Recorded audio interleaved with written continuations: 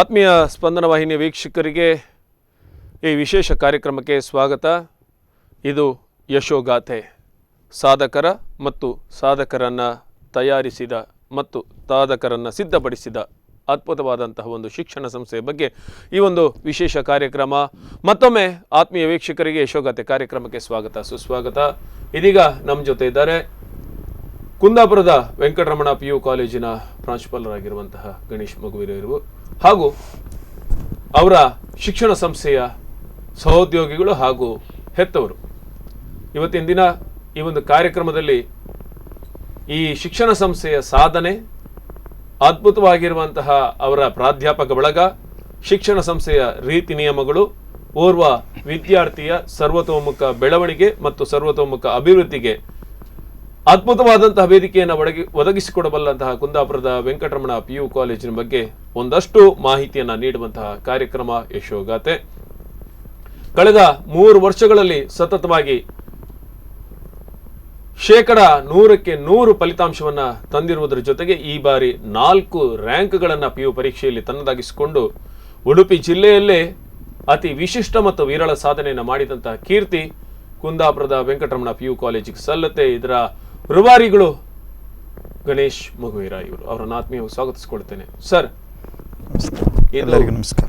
2 ದಿನ 3 ದಿನದಿಂದ ನಡ್ಕೊಂಡ್ ಬರುವಂತ ಸಾಧನೆ ಅಲ್ಲ. ಯಾಕೆಂದ್ರೆ ಶಿಕ್ಷಣ ಸಂಸ್ಥೆ ಒಂದು ಹಳ್ಳಿಯಲ್ಲಿ ಇದ್ಕೊಂಡು, ಅಂದ್ರೆ ಬಹುಶಃ ನಗರದಿಂದ ಸ್ವಲ್ಪ ಹೊರಭಾಗಕ್ಕೆ ಇದ್ಕೊಂಡು ಎಲ್ಲಾ ವಿಭಾಗದ ಮಕ್ಕಳನ್ನ ಸೇರಿಸ್ಕೊಂಡು ಒಂದು ಕನಸಿರುತ್ತೆ. ಪ್ರತಿ ಕಾಲೇಜಿಗೆ ಒಂದು ಕನಸಿರುತ್ತೆ ಸರ್. ಏನಂದ್ರೆ ನಮ್ಮ ಕಾಲೇಜ್ ಮಕ್ಕಳು ರ್ಯಾಂಕ್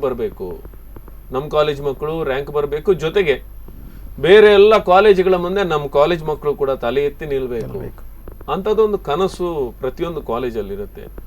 ಆದರೆ ಅದನ್ನು ನನಸು ಮಾಡೋದಕ್ಕೆ ಕೆಲವರಿಗೆ ಮಾತ್ರ ಸಾಧ್ಯ ಆಗಿದೆ, ಸಾಧ್ಯ ಆಗತ್ತೆ.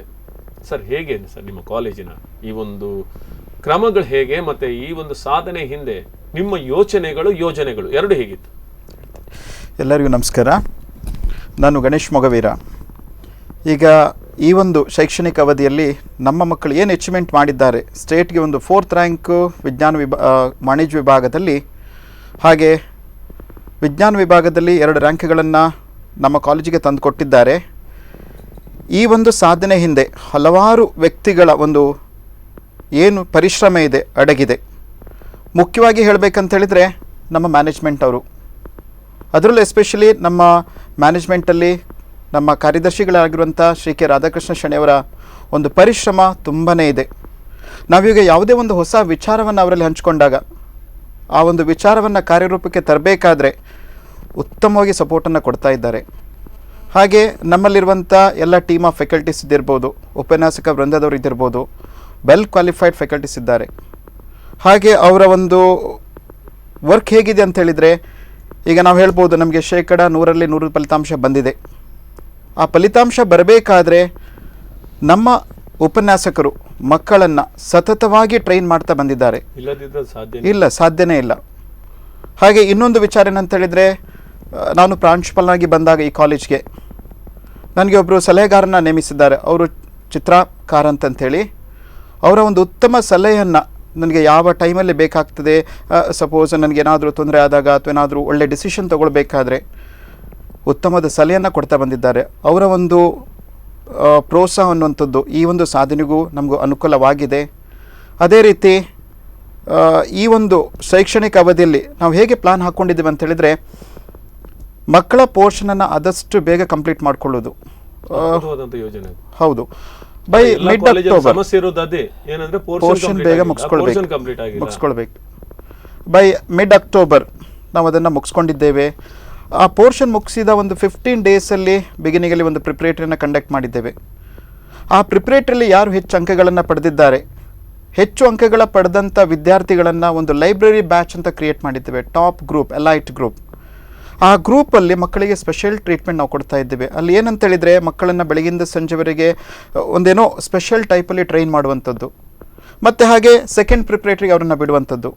ಹಾಗೆ ಇನ್ನೊಂದು ಬ್ಯಾಚಸ್ ಏನಿದೆ ಸೆಗ್ರಿಗೇಟ್ ಆಗಿರುವವರನ್ನು, ಅವರನ್ನು ಇನ್ನೊಂದು ವೇಯಲ್ಲಿ ಟ್ರೈನ್ ಮಾಡ್ತಾ ಹೋಗಿದ್ದೇವೆ. ಈಗ ಪ್ರಿಪ್ರೇಟರಿ ವಿಷಯದಲ್ಲಿ ಬರೋದಾದರೆ ಒಂದು 5ರಿಂದ 6 ಪ್ರಿಪ್ರೇಟರಿ ಕಂಡಕ್ಟ್ ಮಾಡಿದ್ದೇವೆ. ಅದು ತುಂಬ ಯೂಸ್ ಆಗಿದೆ ಅಂತ ಹೇಳಿದರೆ ಮಕ್ಕಳು ಎಕ್ಸಾಮಿನೇಷನ್ಗೆ ಹೋಗಬೇಕಿದ್ರೆ ಮುಂಚಿತವಾಗಿ they were well confirmed, yes ಇಂಥದೇ ಕ್ವಶನ್ಸ್ ಬರ್ತವೆ, ನಾನು ಹೀಗೆ ಎಕ್ಸಾಮಿನೇಷನಲ್ಲಿ ಆನ್ಸರ್ ಮಾಡಬೇಕು ಪ್ರತಿಯೊಂದು ಕ್ವಶನ್ಸ್ಗೂ, ಅಷ್ಟು ಪ್ರಿಪ್ರೇಷನ್ ಮಾಡಿ ಕಳಿಸಿದ್ದೇವೆ. ಹಾಗೆ ಕೆಲವೊಂದು ಎಕ್ಸ್ಪೆಕ್ಟೇಷನ್ ಇದ್ದಿತ್ತು ನಮ್ಮಲ್ಲಿ, ಒಂದು ಸ್ಟೇಟ್ಗೆ ಒಂದು ಟಾಪ್ 3 ರ್ಯಾಂಕ್ ಬರ್ಬೋದು. ಆ ಎಕ್ಸ್ಪೆಕ್ಟೇಷನನ್ನು ವಾಣಿಜ್ಯ ವಿಭಾಗದಲ್ಲಿ ಸ್ವಾತಿ ಪೈ ಅವರು ನನಸಾಗಿಸಿದ್ದಾರೆ. ಹಾಗೆ ಇನ್ನು ವಿಜ್ಞಾನ ವಿಭಾಗದಲ್ಲೂ 2 ವಿದ್ಯಾರ್ಥಿಗಳು ಸ್ಟೇಟ್ಗೆ 7th ಮತ್ತು 8th ರ್ಯಾಂಕನ್ನು ತಂದುಕೊಟ್ಟಿದ್ದಾರೆ. ಈಗ ನಾವು ಹೇಳ್ತೇವೆ, ಇವಾಗ ನಮ್ಮಲ್ಲಿ ಕೊರೋನಾ ಕೋವಿಡ್-19 ತುಂಬ ಕಷ್ಟಕರ ಸಮಯ ಪ್ರತಿಯೊಂದು ವಿಷಯದಲ್ಲೂ, ಅದು ಎಜುಕೇಷನ್ ವಿಷಯದಲ್ಲಂತೂ ತುಂಬ ಕಷ್ಟ ಆಗ್ತಾಯಿದೆ. ಈ ಒಂದು ಕೊರೋನಾ ಕೋವಿಡ್ ಟೈಮಲ್ಲಿ ಮಕ್ಕಳಿಗೆ ಆನ್ಲೈನ್ ವ್ಯವಸ್ಥೆನೂ ನಾವು ಮಾಡಿದ್ದೇವೆ. ಹಾಗೆ ಆನ್ಲೈನ್ ಎಕ್ಸಾಮಿನೇಷನ್ಸ್ಗಳನ್ನು ಕಂಡಕ್ಟ್ ಮಾಡ್ತಾ ಇದ್ದೇವೆ. ಮತ್ತೇನಂತ ಹೇಳಿದರೆ ನಮ್ಮ ಟೀಮ್ ಆಫ್ ಫ್ಯಾಕಲ್ಟಿ ಹೇಗಿದ್ದಾರೆ ಅಂತ ಹೇಳಿದರೆ, ಈಗ ಒಂದು ಎಕ್ಸಾಮಿನೇಷನ್ ಆಗ್ತವೆ. ಈಗ ನಮ್ಮದು ಎಕ್ಸಾಮಿನೇಷನ್ ಸ್ಟಾರ್ಟ್ ಆಗಿದ್ದು ಮಾರ್ಚ್ 10th 100% ರಿಸಲ್ಟ್ ಬರಬೇಕಾದ್ರೆ ಈಗ ಒಂದು ಎಕ್ಸಾಮಿನೇಷನ್ ಆದ ನಂತರ ಒಂದು 4 days ಗ್ಯಾಪ್ ಇರ್ತದೆ ಮಧ್ಯದಲ್ಲಿ. ಆ 4 days ಗ್ಯಾಪಲ್ಲೂ ಮಕ್ಕಳನ್ನು ಕಾಲೇಜಿಗೆ ಕರೆದು ಅವರಿಗೆ ಟ್ರೈನ್ ಮಾಡುವ ವ್ಯವಸ್ಥೆಯನ್ನು ಮಾಡಿದ್ದೇವೆ. ಹಾಗಾಗಿ ಈ ಒಂದು ಫಲಿತಾಂಶ ಅನ್ನುವಂಥದ್ದು ನಮ್ಮ ಶ್ರೀ ವೆಂಕಟರಮಣ ಕಾಲೇಜಿಗೆ ಉತ್ತಮವಾಗಿ ಬಂದಿದೆ. ಓಕೆ ಮೇಡಮ್, ಹೇಗಿತ್ತು ನಿಮ್ಮ ಕಾಲೇಜ್ ವ್ಯವಸ್ಥೆಗಳು, ನಿಮಗೆ ಹೇಗೆ ಅನಿಸ್ತಾ ಇದೆ? ಸರ್, ನಾನು ಸಂಸ್ಥೆಗೆ 2002ನೇ ಇಸವಿಯಲ್ಲಿ ಆಕ್ಚುಲಿ ಹೈಸ್ಕೂಲಿಗೆ ಬಂದಿರುವಂಥದ್ದು. ಹೌದು, 18 ವರ್ಷ ಪೂರ್ಣಗೊಳಿಸಿದ್ದೇನೆ. ಅಂದರೆ ಈ ಚಿಕ್ಕ ಮಕ್ಕಳನ್ನು LKG ನೋಡಿ ಅವರು ಬೆಳೆದ ವಾತಾವರಣ ಕಂಡುಕೊಂಡಿದ್ದೇನೆ. ಅಂದರೆ ನಮ್ಮ ಸಂಸ್ಥೆ ಅಂತ ಹೇಳುವಂಥದ್ದು Shri Venkataramana Dev educational and cultural trust 1986 ಒಂದು ಜುಲೈ 14ರಂದು ಸ್ಥಾಪನೆಗೊಂಡಿದೆ. ಆ ಟ್ರಸ್ಟ್ ಏನು ಮಾಡಿದೆ ಅಂತ ಹೇಳಿದರೆ, ಎಜುಕೇಷನ್ಗೆ ಮಾತ್ರವಲ್ಲ, ಕಲ್ಚರಲ್ ಪಠ್ಯೇತರ ಚಟುವಟಿಕೆ ಪೂರ್ಣವಾದಂಥ ಅದನ್ನೇ ನಾನು ಅನ್ಕೊಂಡೆ, ಏನಂದ್ರೆ ಒಂದು ವಿದ್ಯಾರ್ಥಿಯ ಸರ್ವತೋಮುಖ ಬೆಳವಣಿಗೆಗೆ ಕಾರಣೀಭೂತವಾಗಿದೆ. 1987ರಲ್ಲಿ ನರ್ಸರಿ ಎಜುಕೇಷನ್ ಅಂತ ಆರಂಭ ಆಯ್ತು ಸರ್. 1988ರಲ್ಲಿ ಪ್ರೈಮರಿ ಎಜುಕೇಷನ್ ಅಂದರೆ 1ನೇ ಕ್ಲಾಸಿಂದ ಆರಂಭಗೊಂಡು 1995ರಲ್ಲಿ ಪ್ರೌಢ ಶಿಕ್ಷಣ ಅಂತ ಆರಂಭಗೊಳ್ಳುತ್ತೆ. ಅಲ್ಲಿ ಮುಖ್ಯೋಪಾಧ್ಯಾಯರಾಗಿ ಬಂದಿರುವಂಥದ್ದು ಸದಾಶಿವ ಭಟ್ ಸರ್ ಅಂತ ಹೇಳಿ. ಸರ್ ಈಗಾಗಲೇ ಹೇಳಿದರು, ನಮ್ಮ ಮ್ಯಾನೇಜ್ಮೆಂಟಲ್ಲಿ ಈಗ 24 ವರ್ಷದಿಂದ ರಾಧಾಕೃಷ್ಣ ಶೆಣೈ ಮಹೋದಯರು ಕಾರ್ಯದರ್ಶಿಯಾಗಿ ಕೆಲಸ ನಿರ್ವಹಣೆ ಮಾಡ್ತಾ ಇದ್ದಾರೆ. ಅವರ ಒಂದು ನಿಸ್ವಾರ್ಥ ಸೇವೆ, ಈಗ ಒಂದು ಸಾಧಾರಣ 75 ಅವರ ಒಂದು ಏಜ್ ಸರ್, ಆದರೂ ಕೂಡ ಎಷ್ಟೊಂದು ಲವಲವಿಕೆ ಅಂತ ಹೇಳಿದರೆ ಅದು ನಮ್ಮ ಸಂಸ್ಥೆ ಒಂದು ಅಷ್ಟೊಂದು ಇಂಪ್ರೂವ್ ಆಗಲಿಕ್ಕೆ ಸ್ಫೂರ್ತಿ ಅಂತ ನನಗೆ ಆಯ್ತು ಸರ್. ಆಮೇಲೆ ಹೈಸ್ಕೂಲಲ್ಲಿ ಹಾಗೆ ಆಗುತ್ತೆ. ಅವರು ಕೇವಲ ವಯಸ್ಸು ಮಾತ್ರ 75 ಅಲ್ಲ, 150 ವರ್ಷಗಳ ಅನುಭವ ಇದೆ ಖಂಡಿತ. ಆಮೇಲೆ ಒಂದು ಸೇವಾ ಮನೋಭಾವ ಇರುತ್ತೆ. ಮತ್ತೆ ನಮ್ಮ ಹಿರಿಯರನ್ನು ನಾವು ಗಮನಿಸಿದೆ, ಅವರಿಗೆ ಆ ಮಕ್ಕಳ ಮೇಲೆ ಒಂದು ಅಗಾಧವಾದಂತ ಪ್ರೀತಿ ಇರುತ್ತೆ. ಅದರಲ್ಲೂ ತಮ್ಮ ಸಂಸ್ಥೆಯ ಮಕ್ಕಳು ಅಂದ್ರೆ ಅವರಿಗೆ ಇನ್ನಷ್ಟು ಕಾಳಜಿ ಇರುತ್ತೆ. ಅವ್ರು ಹೀಗೆ ಬರಬೇಕು ಈ ಸಂಸ್ಥೆ, ಯಾಕಂದ್ರೆ ಒಂದು ಗಿಡವನ್ನು ನೆಡಬೇಕಾದ್ರೂ ಅದರ ಒಂದು ಏನೋ ಒಂದು ಕನಸನ್ನು ಇಟ್ಕೊಂಡು ಮುಂದಿನ ದಿವಸಗಳಲ್ಲಿ ಇದೊಂದು ಹೆಮ್ಮರಾಗಿ ಇದರಲ್ಲಿ ಒಂದಷ್ಟು ಜನ ನೆರಳು ಪಡಿಬೇಕು ಅನ್ನುವಂಥ ಒಂದು ಧ್ಯೇಯ ಇರುತ್ತೆ. ಅದೇ ರೀತಿ ಒಂದು ಸಂಸ್ಥೆಯನ್ನು ಸ್ಥಾಪನೆ ಮಾಡಿದಾಗಲೂ ಅಥವಾ ಅವರು ಆರಂಭ ಮಾಡಿದಾಗಲೂ ಅವರಿಗೆ ಒಂದು ಕನಸಿರುತ್ತೆ. ಬಹುಶಃ ಈ ಹೊತ್ತಿನಲ್ಲಿ ಅವರು ತುಂಬಾ ಸಂತೃಪ್ತಿಯನ್ನು ಪಡಿಬಹುದು ಅಂತ ಅನಿಸ್ತದೆ. ಖಂಡಿತ ಸರ್. ಹಾಗಾಗಿ ನಾವು ಹೈಸ್ಕೂಲಲ್ಲಿ ಯಾವಾಗ ಸದಾಶಿವ ಭಟ್ ಸರ್ ಅಂತ ಬಂದರು, ಅವರು ಕೂಡ ಹಾಗೆ ನಮ್ಮ ಒಂದು ಸಂಸ್ಥೆ ಇಂಪ್ರೂವ್ ಆಗಲಿಕ್ಕೆ ಅದೇ ಮ್ಯಾನೇಜ್ಮೆಂಟ್ಗೆ ಸಲಹೆ ಕೊಡೋದಾಗ್ಲಿ ಅಥವಾ ಈ ಥರ ಮಕ್ಕಳನ್ನೊಂದು ಯಾವ ರೀತಿಯಲ್ಲಿ ಸುಸಜ್ಜಿತವಾಗಿ ಒಂದು, ಅದು ಕೂಡ ಕೇವಲ ಒಂದು ವಿದ್ಯಾಭ್ಯಾಸ ಮಾತ್ರ ಅಲ್ಲ, ನಮ್ಮಲ್ಲಿ ಒಂದು ಮೇಯ್ನ್ ಅಂತ ಕಲ್ಚರ್ಡ್ ಮಕ್ಕಳು ಅಂತ ಹೇಳ್ಬೋದು. ಅಂದರೆ ಅದಕ್ಕೆ ಜಾಸ್ತಿ ಒತ್ತು ಕೊಡ್ತಾರೆ ಸರ್ ನಾವು. ಹಾಗಾಗಿ ಅವರೊಂದು ಕನಸಿತ್ತು ಸರ್, ನಾವು ಕೇವಲ ಒಂದು ಹೈಸ್ಕೂಲ್ ಶಿಕ್ಷಣ ಮಾತ್ರ ಮಾಡಿದ್ರೆ ಸಾಕಾಗುವುದಿಲ್ಲ, ಪೂರ್ಣ ಪ್ರಮಾಣದಲ್ಲಿ ಒಂದು ವಿದ್ಯಾರ್ಥಿಯ ಒಂದು ಉಜ್ವಲ ಭವಿಷ್ಯ ನಿರ್ಮಾಣ ಆಗಬೇಕು ಅಂತ ಹೇಳಿದರೆ ಕಾಲೇಜು ಕೂಡ ನಮ್ಮಲ್ಲೇ ಆಗಬೇಕು ಅಂತ ಹೇಳಿ ಅದಕ್ಕೆ ಸಾಥ್ ಕೊಟ್ಟವರು ನಮ್ಮ ಮ್ಯಾನೇಜ್ಮೆಂಟ್ ನಲ್ಲಿರುವಂತಹ ಸೆಕ್ರೆಟರಿ ಸರ್ ಮಹೋದಯರು, ರಾಧಾಕೃಷ್ಣ ಮಹೋದಯರು ಸರ್. ಹಾಗಾಗಿ ಅವರ ಒಂದು ಕನಸು ಏನಾಯ್ತು ಅಂತ ಹೇಳಿದರೆ 2010ರಲ್ಲಿ ಕಾಲೇಜು ರೂಪದಲ್ಲಿ ಹೊರಬಂತು.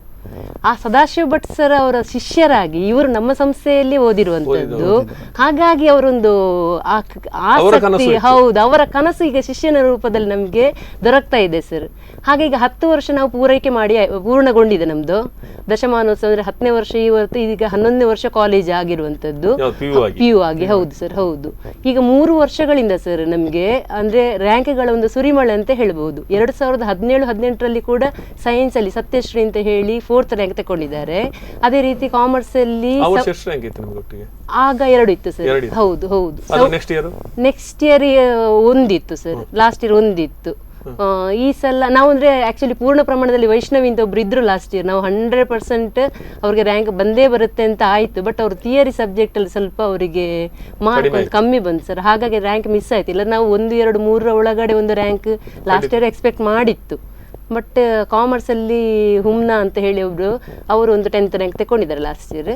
ಆದ್ರೆ ಅದಕ್ಕೆಲ್ಲ ಪೂರಕ ಈ ವರ್ಷ ಆಯ್ತಲ್ಲ 4. ಹೌದು, ಈ ಸಲ ಅಂದ್ರೆ ಅದೇ ನಾನು ಹೇಳುವಂಥದ್ದು, ಯಾವಾಗ ಒಂದು ಮ್ಯಾನೇಜ್ಮೆಂಟ್ನ ಪೂರ್ಣ ಪ್ರಮಾಣದ ಒಂದು ನಮಗೆ ಸೌಕರ್ಯ ಕೊಡ್ತದೆ, ಅದಕ್ಕೆ ಒಂದು ಪ್ರಾಂಶುಪಾಲರಾಗಿಯೂ ಕೂಡ ಸೇರಿದಾಗ ನಮ್ಗೆ ಅದೇನಾಯ್ತಂದ ಸರ್ ಹೇಳಿದ್ರು ನಮ್ಮ ಟೀಮ್ ಫ್ಯಾಕಲ್ಟಿ ಹೇಗುಂಟು ಅಂತ ಹೇಳಿ.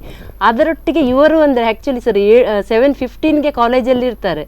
ಅಂದ್ರೆ ಸಾಯಂಕಾಲ ಒಂದು 6-6:30 ತನಕನೂ ವರ್ಕ್ ಮಾಡ್ತಾರೆ. ಅದು ಎಷ್ಟು ಡೆಡಿಕೇಶನ್ ಅಂತ ಹೇಳಿದ್ರೆ ನಾವು ಎದುರಿಗೆ ಅಂತ ಅಲ್ಲ ಸರ್, ಅದು ನಮ್ಗೆ ತುಂಬಾ ಒಂದು ಖುಷಿ ಅಂತ ಅನ್ನಿಸ್ತದೆ ಸರ್. ಒಂದು ಯಂತ್ರವನ್ನು ಸಿದ್ಧಪಡಿಸಿ. ಹೌದು ಹೌದು, ಯಾಕಂದ್ರೆ ನಮ್ಗೆ ನಾನು ಈ ಭಾಗಗಳೆಲ್ಲ ಅದಕ್ಕೊಂದು ಸೂಟ್ ಆದಾಗ ಮಾತ್ರ ಅದು ಒಳ್ಳೆ ಯಂತ್ರ ಆಗ್ಲಿಕ್ಕೆ ಸಾಧ್ಯ. Correct sir, correct. ಅಂದ್ರೆ ನಮ್ಮ ಸರ್ನ ಕಡೆಯಿಂದ ನಾನು ಹೇಳಿದಲ್ಲ, ಪರೋಪಕಾರಾರ್ಥ ಮಿದಂ ಶರೀರಂ ಅಂತ ಹೇಳುವಂಥದ್ದು ನಮ್ಮ ಸಂಸ್ಕೃತದಲ್ಲಿ ಒಂದು ಸೂಕ್ತಿ ಇದೆ. ಅಂದ್ರೆ ಪರೋಪಕಾರಕ್ಕೋಸ್ಕರವೇ ನಿಸ್ವಾರ್ಥ ಸೇವೆಯಲ್ಲಿ ಅವರದ್ದು ಸೆಕ್ರೆಟರಿ ಸರ್ ಇದಿದೆ. ಅದಕ್ಕೆ ಪೂರಕವಾಗಿ ನಮ್ಗೆ ಅಡ್ವೈಸರ್ ಆಗಿ ಚಿತ್ರಾ ಮ್ಯಾಮ್ ಸಿಕ್ಕಿದ್ರು. ಅವರು ಕೂಡ ಹಾಗೆ ಸರ್, ಅಂದ್ರೆ ಎಷ್ಟು ನಿಸ್ವಾರ್ಥ ಅಂದ್ರೆ ಅವರು ಅಂದ್ರೆ ಸಂಸ್ಥೆಯಿಂದ ಏನನ್ನೂ ಎಕ್ಸ್ಪೆಕ್ಟ್ ಮಾಡದೆ, ಇವನು ಸೆಕ್ರೆಟರಿ ಸರ್ ಕೂಡ ಸಂಸ್ಥೆಯನ್ನು ಏನನ್ನೂ ಎಕ್ಸ್ಪೆಕ್ಟ್ ಮಾಡದೆ ತನ್ನ ದೇಹವನ್ನು ಸಂಸ್ಥೆಗೋಸ್ಕರ ಸವಿಸ್ತಾ ಇದ್ದಾರೆ. ಯೋಗ ಅಂತ ಹೇಳಿ. ಹೌದು ಸರ್, ಹೌದು ಹೌದು ಹೌದು. ನಿಮ್ಮ ಮಗಳು ಅದ್ಭುತ ಸಾಧನೆ ಮಾಡಿದ್ದಾರೆ. ಈಗಂತೂ ನೀವು ಒಂದು ಫುಲ್ಲು ಖುಷಿಯಲ್ಲಿದ್ದೀರಿ. ಏನನ್ನಿಸ್ ಸರ್ ಶಿಕ್ಷಣ ಸಂಸ್ಥೆ ಬಗ್ಗೆ? ಮಗಳು ರ್ಯಾಂಕ್ ತೆಗೆದು ಮೊದಲಾಗಿ ಫಸ್ಟ್ ತುಂಬಾ ಖುಷಿಯಾಗಿದೆ. ರ್ಯಾಂಕ್ ಬರ್ತದೆ ಅಂತ ಗೊತ್ತುಂಟು. ಶಿಕ್ಷಣ ಸಂಸ್ಥೆಯಿಂದ ಈ ಒಳ್ಳೆದಿರೋದು ಅಂತ ರ್ಯಾಂಕ್ ಬಂದಿದೆ. ಹೌದು. ಹೇಗಿದ್ರು ಸರ್ ಮಗಳು, ಹೇಗೆ ಪ್ರಿಪೇರ್ ಮಾಡ್ತಾರೆ, ಮತ್ತೆ ನಿಮ್ಮ ಮತ್ತೆ ಈ ಶಿಕ್ಷಣ ಸಂಸ್ಥೆ ಒಡನಾಟ ಹೇಗಿದೆ? ಅಂದರೆ ನಮ್ಮದು ಮಗಳು 2 ಮಕ್ಕಳು ನನಗೆ LKG ಇಂದ ಅದೇ ಶಾಲೆಯಲ್ಲಿ, ಕಾಲೇಜಲ್ಲಿ ಎಲ್ಲ ಅಲ್ಲೇ ಅದೇ ಶಿಕ್ಷಣ ಸಂಸ್ಥೆಯಲ್ಲಿ ಮಾಡ್ತಾ ಇದ್ದಾರೆ. ಅವಳು ಓದೋದ್ರಲ್ಲಿ ಹಾಗೆ ಎಲ್ಲ ಮುಂಚಿನಿಂದ ಒಳ್ಳೆ ರೀತಿಯಲ್ಲಿ ಮಾರ್ಕ್ ತೆಗಿತಾ ಇದ್ದಾಳೆ. ಮನೆಯಲ್ಲಿ ಒಳ್ಳೆ ಮಾಡಿ ಓದ್ತಾ ಇದ್ದಾಳೆ. ಓದುವಾಗ ಎಲ್ಲ ನಾನು ಆಗಾಗ ಹೋಗಿ ಹೇಳೋದು, ನಿನ್ನ ಅಮ್ಮ ರ್ಯಾಂಕ್ ತೆಗೆದಿದ್ದಾಳೆ, ನೀನು ಕೂಡ ರ್ಯಾಂಕ್ ತೆಗಿ ಈ ಸಲ, ನಿನ್ನ ಹತ್ರ ಆಗ್ತದೆ, ಪ್ರಯತ್ನ ಮಾಡು, ಪ್ರಯತ್ನವೇ ಸಫಲತೆ ದಾರಿ ಅಂತ ಹೀಗೆ ಎಲ್ಲ ಹೇಳೋಳು, ಸ್ವಲ್ಪ ಹುರಿದುಂಬಿಸೋದು ಓದು ಅಂತ. ಹಾಗೆ ಮಾಡಿದ್ದಾಳೆ, ರ್ಯಾಂಕ್ ತೆಗೆದಾಳೆ, ತುಂಬ ಖುಷಿಯಾಗಿದೆ. ನಿಮ್ಮಿಂದಾಗಿ ಒಂದು ಶಿಕ್ಷಣ ಸಂಸ್ಥೆಗೆ ಹೆಸರು ಬಂದಿದೆ. ಹೌದು ಸರ್, ನೀವೊಬ್ಬ ಅದೇ ಸಂಸ್ಥೆಯ ವಿದ್ಯಾರ್ಥಿಯಾಗಿದ್ದೇನೆ, ಅದೇ ಸಂಸ್ಥೆಯ ಮುಖ್ಯೋಪಾಧ್ಯಾಯರ ಎದುರು ನಿಂತ್ಕೊಂಡು ಎಲ್ಲವನ್ನು ಕೇಳ್ತಿದ್ದವರು, ಇದೀಗ ನಿಮ್ಮ ಮುಂದೆ ಒಂದಷ್ಟು ಮಕ್ಕಳು ನಿಂತ್ಕೊಂಡಿದ್ದಾಗ ಏನು ಅನಿಸ್ತದೆ? ತುಂಬ ಹೆಮ್ಮೆ ಅನಿಸ್ತದೆ. ಯಾಕಂತ ಹೇಳಿದರೆ, ನಾನು ಯಾವತ್ತೂ ನಮ್ಮ ಮ್ಯಾನೇಜ್ಮೆಂಟ್ ಅವ್ರ ಹತ್ರ ಹೇಳ್ತೀನಿ, ಕುಂದಾಪುರದಲ್ಲಿ ಒಂದು ಪ್ರತಿಷ್ಠಿತ ಸಂಸ್ಥೆಯನ್ನು ನಾವು ಮಾಡಬೇಕು. ನನ್ನ ಗುರುಗಳಾದಂಥ ಸದಾಶಿವ ಭಟ್ರು ಏನು ಕನಸಿಟ್ಕೊಂಡಿದ್ದಾರೆ, ಅವರು ಆ್ಯಕ್ಚುಲಿ ಎಕ್ಸ್ಪೈರ್ ಆಗಬೇಕಿದ್ರೆ ಮುಂಚಿತವಾಗಿ ಒಂದು ಮಾತನ್ನು ಹೇಳಿದರು ಮ್ಯಾನೇಜ್ಮೆಂಟ್ ಅವರಲ್ಲಿ. ವೆಂಕಟರಮಣ ಹೈಸ್ಕೂಲು ಇವಾಗ ಎಷ್ಟರ ಮಟ್ಟಿಗೆ ಬೆಳೆದಿದೆ ಅಂತ ಹೇಳಿದರೆ ಕುಂದಾಪುರದಲ್ಲಿ ನಂಬರ್ 1 ಇದೆ. ಹಾಗೆ ಉಡುಪಿ ಡಿಸ್ಟ್ರಿಕ್ಟಲ್ಲೂ ಒಳ್ಳೆ ಪ್ಲೇಸ್ ಆಗಿದೆ ಅದು ಇವಾಗ. ಹಾಗೆ PU ಕಾಲೇಜ್ ಅನ್ನುವಂಥದ್ದು ಅವರ ಕನಸಾಗಿರೋದ್ರಿಂದ ಆ ಕನಸನ್ನು ನನಸು ಮಾಡಬೇಕು ಅನ್ನುವಂಥ ಒಂದು ಉದ್ದೇಶ ನನ್ನಲ್ಲಿದೆ. ಹಾಗಾಗಿ ಈಗ ಮೇಡಮ್ ಹೇಳಿದ್ದಾರೆ 7:30ಗೆ ಬರ್ತಾರೆ ಪ್ರಿನ್ಸಿಪಲ್ ಅವರು, 6-6:30 ತನಕ ವರ್ಕ್ ಮಾಡ್ತಾ ಇದ್ದೇವೆ. ಆ ವರ್ಕ್ ಮಾಡುವಾಗ ನನ್ನ ಟೀಮ್ ಏನಿದೆ ನನ್ನ ಜೊತೆಗಿದೆ. ಹಾಗಾಗಿ ನಾನೊಂದು ಕನ್ಫರ್ಮಾಗಿ ಹೇಳ್ಬೋದು, ಇನ್ನೊಂದು 1 ಅಥವಾ 2 ವರ್ಷದಲ್ಲಿ one of the best college ಆಗಿ ನಾವು ಬರ್ತಾ ಇದ್ದೇವೆ. ಅದನ್ನು ಒಂದು ಮಟ್ಟಕ್ಕೆ ಏರಿಸುವವರೆಗೆ ಅದು ನಮಗೆ ಯುದ್ಧವೇ. S, right. ಒಂದು ರೀತಿಯ ಏನಂದ್ರೆ ನಮ್ಮಲ್ಲಿ ಹೋರಾಟವೇ ಇರಬೇಕು, ಬೇರೆ ಇಲ್ಲದೆ ಇದ್ರೆ ಸಾಧ್ಯ ಇಲ್ಲ. ಯಾಕಂದ್ರೆ ಇವತ್ತು 2 ದಿವಸ ಬೆಳಿಗ್ಗೆ ಹೋಗಿ ಮತ್ತೆ 4 ದಿವಸ ಮನೆಯಲ್ಲಿ ಇದ್ರೆ ಇಲ್ಲ, ಇಟ್ಸ್ ಅ ಕಂಟಿನ್ಯೂಸ್ ಪ್ರೋಸೆಸ್. ಅದಕ್ಕೆ ಒಂದು ಲೆವೆಲ್ ಅಂತ ಇದೆ. ಆ ಗೋಲ್ನವರೆಗೆ ಬರ್ಬೇಕಾದ್ರೆ ಅದು ಖಂಡಿತವಾಗಿ ಹೋರಾಟನೇ ಸರಿ. ಹೋರಾಟ ಇದೆ. ಅದ್ರ ಜೊತೆಗೆ ನಮಗೆಲ್ಲ ತಿಳಿದ ಮಟ್ಟಿಗೆ ಜಗತ್ತಲ್ಲಿ 2 ವೃತ್ತಿಯವರಿಗೆ ಸ್ವಲ್ಪ ನೆಮ್ಮದಿ ಅಂತೆ, ತುಂಬಾ ನೆಮ್ಮದಿ ಸಿಗೋದು 2 ವೃತ್ತಿಯವರಿಗೆ. ಒಂದು ಅಧ್ಯಾಪಕ ವೃತ್ತಿಯವರಿಗೆ, ಇನ್ನೊಂದು ವೈದ್ಯರಿಗೆ ಅಂತ. ಅಧ್ಯಾಪಕರಿಗೆ ಅವರ ಶಿಷ್ಯ ಎಷ್ಟೋ ವರ್ಷಗಳ ನಂತರ ಬಂದ್ಕೊಂಡು, ಸರ್ ನಾನು ನಿಮ್ಮ ಶಿಷ್ಯ, ನಾನು ಇವತ್ತು ಇಷ್ಟು ದೊಡ್ಡ ಅಚೀವ್ ಮಾಡಿದ್ದೇನೆ ಅಂದಾಗ ಅವರಿಗೆ ಅವರ ವೃತ್ತಿಯ ಸಾರ್ಥಕ್ಯವನ್ನು ನೋಡ್ಲಿಕ್ಕಾಗ್ತದೆ. ಇನ್ನೊಂದು ವೈದ್ಯರಿಗೆ ಯಾವತ್ತಾದ್ರೂ ಅವ್ರು ಕೊಟ್ಟ ಮದ್ದಿಯಿಂದ ಅವನು ಗುಣಮುಖನಾಗಿದ್ರೆ, ಸಾಯುವ ಅಂಚಿನಿಂದ ಇದ್ದವನು ಮತ್ತೆ ಬದುಕಿ ಬಂದ್ರೆ ನಿಮ್ಮಿಂದಾಗಿ ನಾನು ಬದುಕಿ ಉಳಿದೆ ಅಂತ ಹೇಳುವಾಗ ಬಹುಶಃ ಅವನಿಗೆ ಒಂದು ಸಂತೃಪ್ತಿಯ ಭಾವ ಇರ್ತದೆ. ಅಂತ ಅದ್ಭುತವಾದಂತಹ ಒಂದು ಸೇವೆ ನಿಮ್ಮದು. ಇದರ ಒಟ್ಟಿಗೆನೆ ನೀವು ಕಾಲೇಜಿನ ಶಿಕ್ಷಣ ಈ ವಿಚಾರಗಳನ್ನು ಬಿಟ್ಟು ಬೇರೆ ಹೇಗೆ ಯಾವುದು ಶೈಕ್ಷಣಿಕೇತರ ವಿಚಾರಗಳಿಗೆ ಹೇಗೆ ನೀವು ಸಪೋರ್ಟ್ ಮಾಡ್ತೀರಿ ಸರ್? ಈಗ ಮಕ್ಕಳನ್ನು ಅಡ್ಮಿಷನ್ ಮಾಡ್ಕೊಳ್ಳುವಾಗ ನನ್ನದೊಂದು ವಿಚಾರ ಇರ್ತದೆ, ಅವರನ್ನು ಒಂದು ಹಾಫ್ ಆನ್ ಅವರ್ ಡಿಸ್ಕಷನಲ್ಲಿ ಇಟ್ಕೊಳ್ತೀನಿ. ಕಾಲೇಜಿನ ಪ್ರತಿಯೊಂದು ವಿಚಾರದ ಬಗ್ಗೆ ಮಾತಾಡ್ತೀನಿ. ಈಗ ಕಳೆದ ಶೈಕ್ಷಣಿಕ ವಿಚಾರದಲ್ಲಿ ನಾನು ಮಾತಾಡೋದಾದರೆ ಮಕ್ಕಳನ್ನು ಶಿಕ್ಷಣದಲ್ಲಿ ಎಷ್ಟರ ಮಟ್ಟಿಗೆ ನಾವು ಮೋಟಿವೇಟ್ ಮಾಡ್ತಾ ಇದ್ದೀವಿ, ಅದೇ ಟೈಪಲ್ಲಿ ಎಕ್ಸ್ಟ್ರಾ ಕರಿಕ್ಯುಲರ್ ಆ್ಯಕ್ಟಿವಿಟೀಸಲ್ಲೂ ಅವರನ್ನು ತುಂಬ ಮುಂದಕ್ಕೆ ತಗೊಂಡು ಹೋಗೋ ಯೋಜನೆಯನ್ನು ಲಾಸ್ಟ್ ಇಯರ್ ಹಾಕ್ಕೊಂಡಿದ್ದೇವೆ. ಅದರಲ್ಲಿ one of the best event ಅಂತ ಹೇಳಿದ್ರೆ ಬಿಸ್ನೆಸ್ ಡೇ. ಆ ಬಿಸ್ನೆಸ್ ಡೇಯಲ್ಲಿ ನಮ್ಮ ವಾಣಿಜ್ಯ ವಿದ್ಯಾರ್ಥಿಗಳು ನಮ್ಮ ಕಾಲೇಜಲ್ಲೇ ಒಂದು 15ರಿಂದ 20 ಶಾಪ್ಸ್ಗಳನ್ನು ಓಪನ್ ಮಾಡಿದರು. ಒನ್ ಆಫ್ ದ ವೇ ಅಂತ ಹೇಳಿದರೆ ಅದೊಂದು ಬೆಸ್ಟ್ ವೇಯಲ್ಲಿ ಇನಾಗ್ರೇಟ್ ಮಾಡಿ ಮಕ್ಕಳೇ ಆ ಒಂದು ಫುಲ್ ಡೇ ಬಿಸ್ನೆಸ್ ಮಾಡಿದ್ದಾರೆ. ಅಂದರೆ ಅಲ್ಲಿ ಏನಾಗುತ್ತೆ ಅಂತ ಹೇಳಿದರೆ ನಮ್ಮ ವಾಣಿಜ್ಯ ವಿದ್ಯಾರ್ಥಿಗಳ ಒಂದು ಏನು ಕ್ಲಾಸಸ್ ನಡೀತವೆ ಕ್ಲಾಸ್ ರೂಮಲ್ಲಿ ಜಸ್ಟ್ ಥಿಯರಿಯನ್ನು ನೋಡ್ತಾರೆ. ಅವರು ಪ್ರಾಕ್ಟಿಕಲಿ ಅವರಿಗೆ ನಾಲೆಡ್ಜ್ ಸಿಗಬೇಕು, ಅವರು ಎಕ್ಸ್ಟ್ರಾ ಇನ್ಫಾರ್ಮೇಷನ್ನ ಕಲೆಕ್ಟ್ ಮಾಡಬೇಕು ಅನ್ನೋಂಥ ಒಂದು ಧ್ಯೇಯ ನನ್ನಲ್ಲಿತ್ತು. ಸಕ್ಸಸ್ಫುಲ್ಲಾಗಿ ಕಂಡಕ್ಟ್ ಮಾಡಿದ್ದೇವೆ. ಅದಾದ ಒಂದು 10 ಡೇಸಲ್ಲಿ ಮಕ್ಕಳನ್ನು ಇಂಡಸ್ಟ್ರಿಯಲ್ ವಿಸಿಟಿಗೆ ಕರ್ಕೊಂಡು ಹೋಗಿದ್ದೇವೆ. ಹಾಗೆ ಈ ಒಂದು ಶೈಕ್ಷಣಿಕ ಅವಧಿಯಲ್ಲಿ ಮಕ್ಕಳಿಗೆ ಎಜುಕೇಷನ್ ಒಟ್ಟಿಗೆ ಇನ್ನೂ ಸ್ವಲ್ಪ ಎಕ್ಸ್ಟ್ರಾ ಬೇಕಂತ ಹೇಳಿ ಕುಂದಾಪುರದಲ್ಲಿ ಪ್ರಪ್ರಥಮ ಬಾರಿಗೆ ಸ್ಪೋರ್ಟ್ಸ್ ಕೋಟವನ್ನು ಇಟ್ಟಿದ್ದೇವೆ. ಯಾವುದೇ ಸ್ಟೂಡೆಂಟು ನ್ಯಾಷನಲ್ ಲೆವೆಲಲ್ಲಿ ಒಂದು ರೆಪ್ರೆಸೆಂಟೇಷನ್ ಮಾಡಿರ್ಬೋದು ಅಥವಾ ಸ್ಟೇಟ್ ಲೆವೆಲಲ್ಲಿ ಏನಾದರೂ ಒಂದು ಅಚೀವ್ಮೆಂಟ್ ಮಾಡಿರ್ಬೋದು, ಅವರಿಗೆ ಫ್ರೀ ಸೀಟ್ ಅಂತ ಘೋಷಣೆ ಮಾಡಿದ್ದೇವೆ. ಅಂತ ಹೇಳಿದರೆ ನಮ್ಮ ಸ್ಟಡೀಸ್ ಒಟ್ಟಿಗೆ ಎಲ್ಲವನ್ನು ತೊಗೊಂಡು ಹೋಗಬೇಕು. ಹಾಗೆ ಇನ್ನೂ ಒಂದು ಅಭೂತಪೂರ್ವ ಕೋರ್ಸನ್ನು ಇಟ್ಟಿದ್ದೇವೆ, ಬ್ಯಾಂಕಿಂಗ್ ಫೌಂಡೇಶನ್ ಅಂತೇಳಿ. ಈಗ ನಾನು ಒಬ್ಬ ಬ್ಯಾಂಕಿಂಗ್ ಟ್ರೈನರ್ ಆಗಿ ಹಲವಾರು ವರ್ಷ ಕುಂದಾಪುರದಲ್ಲಿ ವರ್ಕ್ ಮಾಡಿದ್ದೇನೆ. ಈಗ ನಾನೊಂದು ಬ್ಯಾಂಕಿಗೆ ಹೋದಾಗ ನಾನು ರಿಯಲೈಸ್ ಮಾಡ್ತೀನಿ, ಯಾಕೆ ನಮ್ಮ ಕರ್ನಾಟಕದ ಕ್ಯಾಂಡಿಡೇಟ್ಸ್ ಬ್ಯಾಂಕಲ್ಲಿ ಕ್ಲರಿಕಲ್ ಪೋಸ್ಟ್ ಆಫೀಸರ್ ಪೋಸ್ಟಲ್ಲಿ ಇರಲ್ಲ. ಅದು ಡ್ರಾಬ್ಯಾಕ್ ಎಲ್ಲಿ ಅಂತ ನಾನು ಹುಡುಕಿದ್ದೇನೆ. ರೀಸನ್ ಹೇಗಂತ ಹೇಳಿದರೆ ನಮ್ಮಲ್ಲಿ ಏನಾಗುತ್ತೆ ಅಂತ ಹೇಳಿದ್ರೆ ಮಕ್ಕಳು PU ಎಜುಕೇಷನ್ ಮುಗಿಸ್ತಾರೆ, ಇನ್ನೊಂದು 3 ಇಯರ್ಸ್ ಡಿಗ್ರಿ ಮಾಡ್ತಾರೆ. ಡಿಗ್ರಿ ಮಾಡಿದ ನಂತರ ಅವ್ರು ಹೇಳ್ತಾರೆ, ನಾನು ಬ್ಯಾಂಕಿಂಗ್ ಸೆಕ್ಟರ್ಗೆ ಹೋಗಬೇಕು, IBPS ಎಕ್ಸಾಮಿನೇಷನ್ ಬರೀಬೇಕು, ಅದು ತುಂಬ ಡಿಲೇ ಆಗಿರ್ತದೆ. ಬಟ್ ಇಲ್ಲಿ ನಾರ್ದರ್ನ್ ಸ್ಟೇಟ್ಸ್ ಇರ್ಬೋದು ಅಥವಾ ಮಹಾರಾಷ್ಟ್ರ ಇರ್ಬೋದು, ಆಂಧ್ರ ಪ್ರದೇಶ ಇರ್ಬೋದು, ತಮಿಳ್ನಾಡು ಇರ್ಬೋದು, ಅಲ್ಲಿ ಏನಾಗುತ್ತೆ ಅಂದರೆ ಎಜುಕೇಷನ್ ಸಿಸ್ಟಮ್ ಏನು ಮಾಡ್ತಾರೆ ಅಂತ ಹೇಳಿದರೆ ಮಕ್ಕಳು 10th ಸ್ಟ್ಯಾಂಡರ್ಡಿಂದ ಚೆನಲೈಸ್ ಆಗಿರ್ತಾರೆ. ಎಸ್, ನಾನು ಬ್ಯಾಂಕಿಂಗಲ್ಲಿ ಒಂದು ಪೋಸ್ಟನ್ನು ತಗೊಳ್ಬೇಕು. They will start study from first PUC, second PUC and entire 3 years degrees. ಈ ಒಂದು 5 ಇಯರ್ಸ್ ಜರ್ನಿಯಲ್ಲಿ ಅವರೆಲ್ಲ ಇನ್ಫಾರ್ಮೇಷನ್ನ ಕಲೆಕ್ಟ್ ಮಾಡಿರ್ತಾರೆ. ಡಿಗ್ರಿ ಮುಗಿದ ಹಾಗೆ ಎಕ್ಸಾಮ್ ಬರೀತಾರೆ. ವಿದಿನ್ 1 or 2 ಅಟೆಂಪ್ಟ್ಸ್ ಕ್ಲಿಯರ್ ಆಗಿ ಆ ಒಂದು ಆಫೀಸರ್ ಪೋಸ್ಟ ಕ್ಲರಿಕಲಿಗೆ ಬರ್ತಾ ಇದ್ದಾರೆ. ಸೊ ಹಾಗಾಗಿ ಈ ವರ್ಷ ನಮ್ಮ ಒಂದು ಕಾಲೇಜಿನಲ್ಲಿ ಬ್ಯಾಂಕಿಂಗ್ ಫೌಂಡೇಶನ್ ಅನ್ನುವಂಥ ಕೋರ್ಸನ್ನು ವಾಣಿಜ್ಯ ವಿದ್ಯಾರ್ಥಿಗಳಿಗೆ ಒಂದು ಎಲ್ಲರಿಗೂ ಇದು ಕಂಪಲ್ಸರಿ ಅಂತ ಹೇಳಿದರೆ ಅವಕಾಶ ಉಂಟು. ಏನು ಅದಕ್ಕೆ ಫೀಸನ್ನು ಚಾರ್ಜ್ ಮಾಡಲಿಕ್ಕೆ ನಾವು ಹೋಗ್ತಾ ಇಲ್ಲ, ಫ್ರೀಯಾಗಿ ಕೊಡ್ತಾ ಇದ್ದೇವೆ. ಈಗ ನಿಜವಾಗಿ ಹಾಗೆ ಆಗುತ್ತೆ ಸರ್. ಯಾಕೆಂದರೆ ಉದಾಹರಣೆಗಾಗಿ ಬಹುಶಃ ನಮ್ಮ ಶಿಕ್ಷಣ ಪದ್ಧತಿಯ ಬಗ್ಗೆ ದೂರೋದಲ್ಲ, ಕೆಲವೊಮ್ಮೆ ನಮಗೇನಾಗುತ್ತೆ ಅಂದರೆ ನಾವು ಶಾಲೆಯಲ್ಲಿ ಕಲ್ತದ್ದು ನಮಗೆ ಉದ್ಯೋಗಕ್ಕೆ ಹೋದಾಗ ಉಪಯೋಗಕ್ಕೆ ಬರುವುದಿಲ್ಲ. ಬಹಳಷ್ಟು ವಿಚಾರಗಳಿರ್ಬೋದು, ನೀವು ಯಾವುದನ್ನೇ ತಗೊಳ್ಳಿ, ನೀವು ನಮ್ಮ ಟೆಕ್ನಿಕಲ್ ಕೋರ್ಸ್ಗಳನ್ನು ಬಿಟ್ಟು ಬೇರೆ ಯಾವುದೂ ನಮಗೆ ಉಪಯೋಗಕ್ಕೆ ಬರುವುದಿಲ್ಲ ಅಂತ ಅನ್ನುವಂಥ ಒಂದು ದೂರುಗಳು ಕೇಳಿಯೇ ಬರ್ತಾ ಇದೆ. ಯಾಕೆಂದರೆ ನೀವು ಅಲ್ಲಿಗೆ ಹೋದಾಗ ಅಲ್ಲಿರುವಂತಹ ವಾಸ್ತವಕ್ಕೂ ನಾವಿಲ್ವ ಪಠ್ಯದಲ್ಲಿರುವಂಥ ಥಿಯರಿ ಮತ್ತು ಪ್ರಾಕ್ಟಿಕಲ್ನ ನಡುವೆ ತುಂಬ ವ್ಯತ್ಯಾಸಗಳಿರುತ್ತೆ. ಅಂತಹ ಕಾಲಘಟ್ಟದಲ್ಲಿ ಬಹಳಷ್ಟು ಒಳ್ಳೆಯ ಇದನ್ನು ನಿರ್ಧಾರವನ್ನು ನೀವು ತಗೊಂಡಿದ್ದೀರಿ ಮೇಡಮ್. ಈಗ ಹೈಸ್ಕೂಲ್ ವಿಭಾಗದಲ್ಲಿ ಅಲ್ಲಿ ಹೇಗಿದೆ ಮೇಡಮ್? ಸರ್, ಅಂದರೆ ಹೈಸ್ಕೂಲಲ್ಲೂ ಕೂಡ ಹಾಗೆ ಒಳ್ಳೆ ಸೆಕ್ಷನ್ಗಳೆಲ್ಲ ಇದೆ. ಸಾಧಾರಣ 10th ಅಲ್ಲಿ 188 ಮಕ್ಕಳು ಸ್ಟಡಿ ಮಾಡಿದ್ರು ಈ ವರ್ಷ. ಅಲ್ಲಿ ಕೂಡ ಈಗ ನನಗೆ ಇವರ ಬ್ಯಾಚಿಗೆ ನಾನು ತೆಕ್ಕೊಂಡ್ರೆ 622 ಹೈಯೆಸ್ಟ್ ಮಾರ್ಕ್, ಅಂದರೆ ಅಷ್ಟು ಒಳ್ಳೆ ಮಾರ್ಕನ್ನಲ್ಲಿ ಗಳಿಸ್ತಾ ಇದ್ದಾರೆ ಸರ್. ಆ್ಯಕ್ಚುಲಿ ಆ ಹುಡುಗಿ ನಮ್ಮಲ್ಲೇ ಇದ್ದಾರೆ, ಶಿಲ್ಪ. ಬಟ್ ಅದು ಸ್ವಲ್ಪ ಲ್ಯಾಂಗ್ವೇಜ್ ಪ್ರಾಬ್ಲಮ್ ಇಂದಾಗಿ, ಅಂದರೆ ಇಂಗ್ಲೀಷಲ್ಲಿ ಅವರು ಕೆಪೇಬಲೇ, ಬಟ್ ಏನೋ ವ್ಯಾಲ್ಯೂಯೇಷನ್ನಲ್ಲಿ ಅವ್ರಿಗೆ ಒಂದು 91 ಬಂತು ಮಾರ್ಕ್. ಹಾಗಾಗಿ ಸ್ವಲ್ಪ ಅವ್ರ ರ್ಯಾಂಕ್ ಮಿಸ್ ಆಯ್ತು. ಆ್ಯಕ್ಚುಲಿ ನಾವು ತುಂಬ ಎಕ್ಸ್ಪೆಕ್ಟ್ ಮಾಡಿತ್ತು ಆ ಹುಡುಗಿ ಬಗ್ಗೆ. ಮತ್ತು ಇವರು ಕೂಡ ಹಾಗೆ ಸ್ವಾತಿ ಅಂತ ಹೇಳಿ 618 10th ಅಲ್ಲಿ ತೆಕ್ಕೊಂಡಿರುವಂಥದ್ದು. ಕೇವಲ ಒಂದು 7 ಮಾರ್ಕ್ ಡಿಫರೆನ್ಸ್ ಅಲ್ಲಿ ಅದೇ ಅವ್ರದ್ದು ಆಗ ರ್ಯಾಂಕ್ ಮಿಸ್ ಆಯಿತು ಅಂತೇಳಿ. ಇವನು ಭುವನ್ ಕೂಡ ಅಷ್ಟೇ ಸರ್, 614. ಇವನು ಸೋಹನ್ ನನ್ನ ಪ್ರಕಾರ 608 ಅಂತ ನನ್ನ ನೆನಪು. ಹಾಗಾಗಿ ಅಂದರೆ ಅಷ್ಟು 600ರ ಮೇಲೆ ಸರ್ ಒಂದು 30 ಮಕ್ಕಳಾದ್ರೆ ಮಿನಿಮಮ್ ಇರ್ತಾರೆ. ಅಂದರೆ ಅಷ್ಟು ಒಳ್ಳೆ ವಿದ್ಯಾಭ್ಯಾಸ ನಮ್ಮಲ್ಲಿ ಆ ಕೆಳ ತಳಮಟ್ಟದಿಂದಲೇ ಸಿಗ್ತದೆ ಸರ್. ನಮ್ಮಲ್ಲಿ ಸಾಧಾರಣ ಒಂದು 100-125 ಮಂದಿ ಟೀಚರ್ಸ್. ಹೌದು ಸಾಧಾರಣ 200 ಮಂದಿ ನನ್ನ ಪ್ರಕಾರ. ಅಂದರೆ ನಮಗೆ 24 ಬಸ್ ಇದೆ ಸರ್. 24 ಬಸ್ ಅಂದರೆ ದೂರದ ಕಡೆಗಳಿಂದ ಮಕ್ಕಳು ಬರ್ತಾ ಇದ್ದಾರೆ. ಆ 24 ಬಸ್ಸಲ್ಲಿ ಸಾಧಾರಣ ಈಗ ಡ್ರೈವರ್ ಅಂದರೆ ಸಿಬ್ಬಂದಿ ವರ್ಗವೇ ಅಷ್ಟಾಯಿತು.